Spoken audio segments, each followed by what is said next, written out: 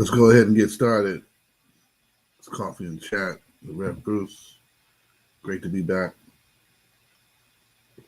We're jumping on a little something different today that's in line with what we do during the week. I'm talking about fixing your finances. And one of the things that we look at when we talk about fixing your finances is budgeting and debt.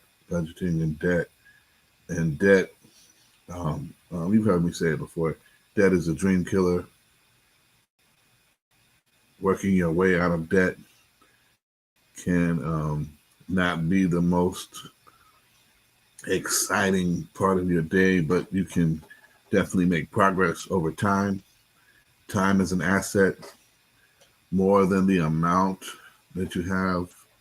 Even if you get a windfall, having the tools and the time are the things that are going to make a difference. And so don't get me wrong, there's a lot of things that can help with paying off debt, but you need the time and the tools in order to make progress, paying off debt. And so that can be a long-term thing, that can be a short-term thing. What's small for you may be a mountain for someone else. What's a major thing for you may be minor for someone else. I don't know. But what we need to do is be mindful that when we start talking about debt as part of how someone is living per day, that's money going towards something that you've already experienced or have, right? And so when I pay off this car, that'll be one less chain shackled to me. When I pay off this other loan, that'll be one less chain shackled to me. You understand what I mean? And so debt is a dream killer, but debt is a form of bondage. And so as we talk about this, look at financial fixes that can help you manage your money and deal with your situation that fit you, right? How you operate, how you move. Everything doesn't work for everybody. And you can't try to squeeze into everybody's fix that doesn't fit you. It doesn't work. And so you're struggling to do it. Don't sweat it. I've got some ideas for you, some things for you to look at. First thing I'd say look at is, we've talked about it before. We did our challenge, and some of y'all jumped on it. I appreciate it. It's not something that we get a referral bonus or anything from. It's just another layer of community when we share stuff that works. Check out Credit Karma, right? You want to fix it? Check out Credit Karma. That's one of the things, one of the places I would say to go. Manage your credit. Look at how they review financial products, everything from insurance, right, to savings and checking accounts, even business accounts. Check them out. Great information, strategies, even tools, savings vehicles are available through Credit Karma. They have a savings piece. Nerd Wallet. Sounds weird, but it works. Nerd Wallet. What they do, pretty much like Credit Karma, looking at savvy ways to save and trim costs, increase income, reduce debt, create that balance of financial freedom. When we talk about financial freedom, we're not talking about just just having more money, right? We're talking about being in a place to where you can wake up and say, you know what, I'm not feeling work today. And that not be a hindrance to you of being like, oh man, if I don't go, you know how that is. If I don't go to work, it's gonna kill me. Maybe you're not ready. Maybe you're not ready to go to work. Maybe it's not. Maybe it's not in you, right? And so beyond those two, here's one that some people may not understand just yet. Bigger pockets. Bigger pockets is not so much on the debt freedom side, but on the financial freedom side, which includes reducing debt as an element of seeking financial freedom. And so, bigger pockets, I say, is a asset for people with aspirations for financial freedom. Look at the quote from Gandhi that I'm keeping on the screen right now. Look at the quote from Gandhi, and you'll get what I'm saying. Live as if you were to die tomorrow, and learn as if you were to live forever. Acquire more and more knowledge, and experiences so that you can, continue in your living to make a difference, right? I'm about to go turbo on paying on uh, this auto debt and some other stuff, and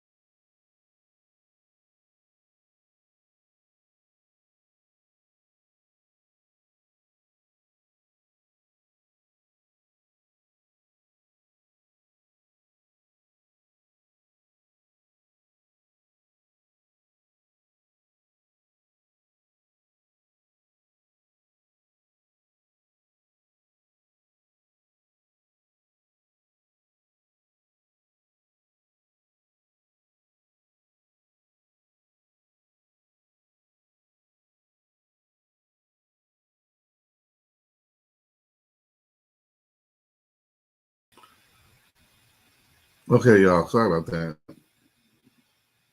Storms and internet connection killing me. Back to it. Credit card debt. Credit card debt is primarily a problem because of the high interest of credit card debt. And that's the same thing with certain loans. And so when we talk about these strategies to get out of debt, some of the problem is we're looking at issues that are not all related the same, right? I don't know why I was talking about live at lunch. But boom, we're talking about how we manage money and how money is handled in a systematic way. And I say systematic because when it's not systematic, it becomes chaotic or erratic, right? And so when you don't have a money flow, when you don't have a constant, steady flow of income, and that becomes erratic itself, then the way you manage your money can become erratic if you don't have a system for that income to fall into. I hope you're following me with that. It'll make sense.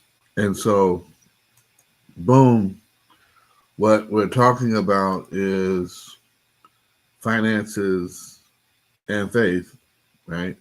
And here goes part of the issue. I want you to understand that when we talk about this from a biblical perspective, money is just an object. Money is just, an inanimate object. It's not, money itself is not spiritual, but how we handle money does have some spiritual aspects to it. Look at this, and talk back to me if you can. It is the blessing of the Lord that makes rich, right? And he, talking about the Lord, adds no sorrow to it. Proverbs 10:22. This is the blessing of the Lord. He makes one rich. He adds no sorrow to it. And so when we get this thing together about what God is doing, if we're stressing and having major problems with money, that's not necessarily the Lord's fault. If the blessing is making us rich and he adds no sorrow with it, we're putting weight on it. We're adding other expectations to it. We're putting other ideas behind it, other notions and considerations behind it that have nothing to do with taking care of just the necessities. We've added and piled up on top of that to where we have enough for our basic needs, but we don't have enough to get us out of the hole that we've been digging beside that. And that's part of the issue that we face when we talk about money from a biblical perspective. If that makes sense, come on, say amen or something. But that's from the text. The blessing of the Lord makes one rich. It's not necessarily something overnight or a lottery ticket and the windfall. And when we receive something, we have to be careful to have a plan for it, to have a structure for it, a system for it, like we were saying earlier. Otherwise, it'll get lost in the mix because we haven't changed anything about how we handle money. We've just added a little bit of extra to it. Come on now. That makes sense to somebody somewhere out there. And so think about it. A lot of times we're not getting anywhere, right? Because we don't have that system. Look at this, that system. And so that system goes back to right here, creating a month by month budget.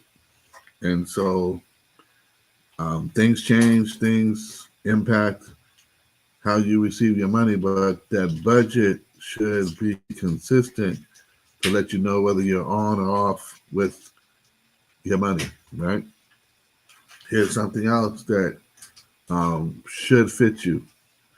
Set a monthly debt payoff amount.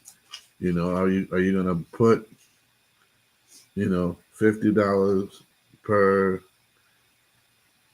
credit card this month, and you're gonna pay an extra $25 on the small one? What's the amount that you're setting month by month that you're gonna pay off with the credit cards, right? Think of barriers that you have to paying on time.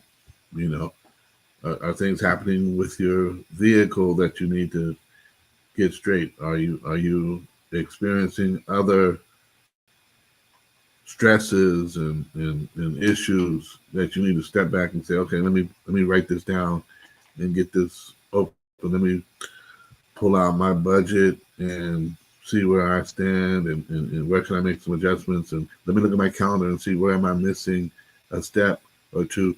What are those barriers, right? And find a way to reduce those barriers and eliminate them entirely if you can, but at least work on some ways to reduce those barriers to where you can start to continue to make progress. And set up payment reminders, right? Put those on your phone.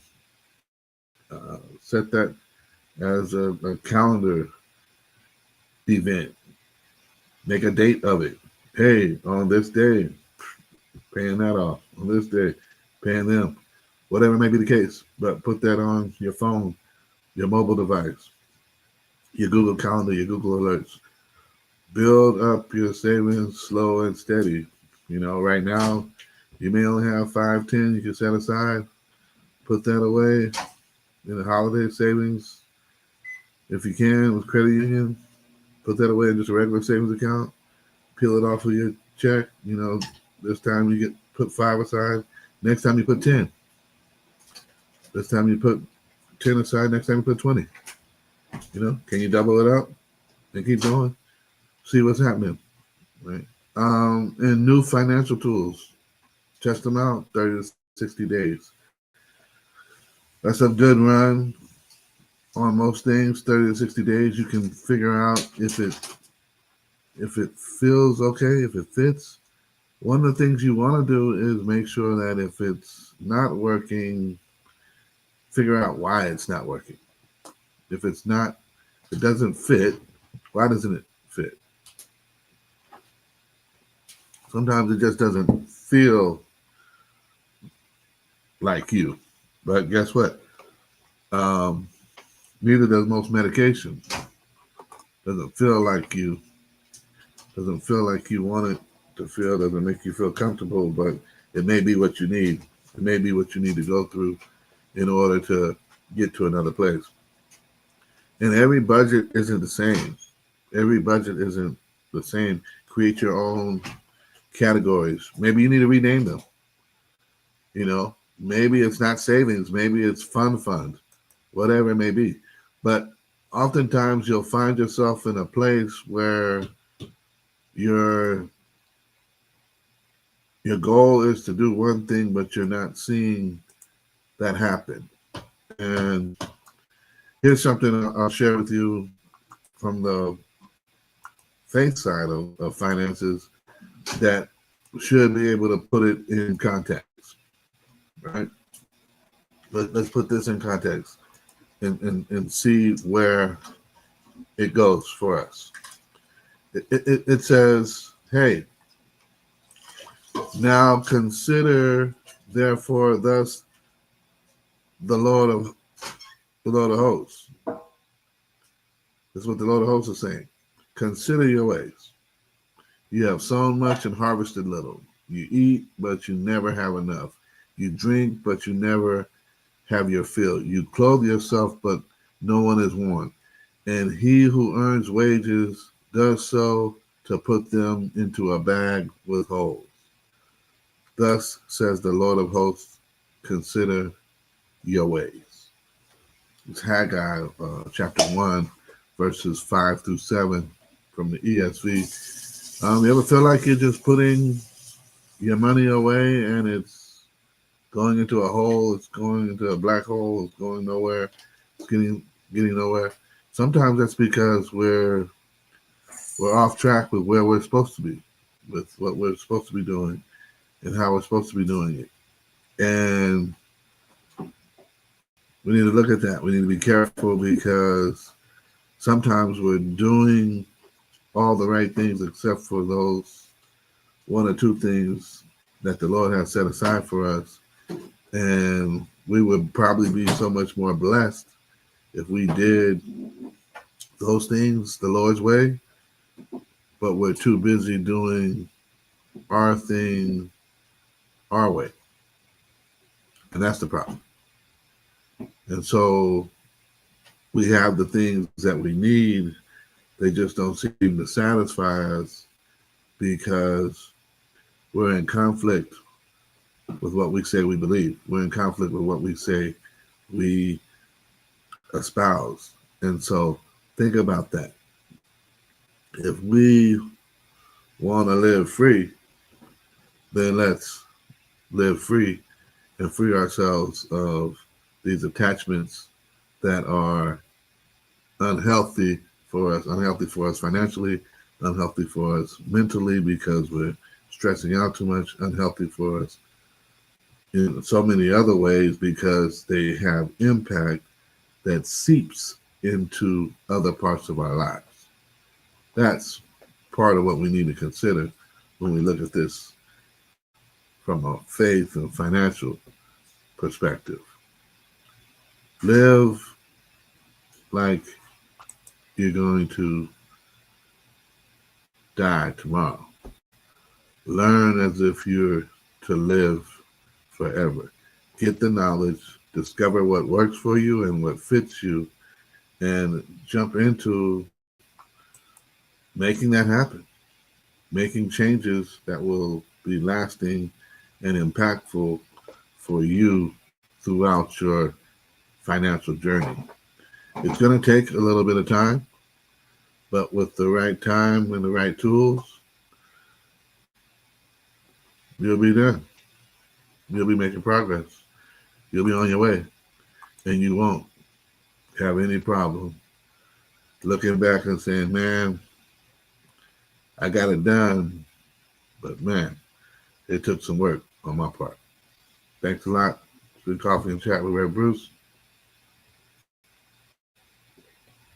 God bless.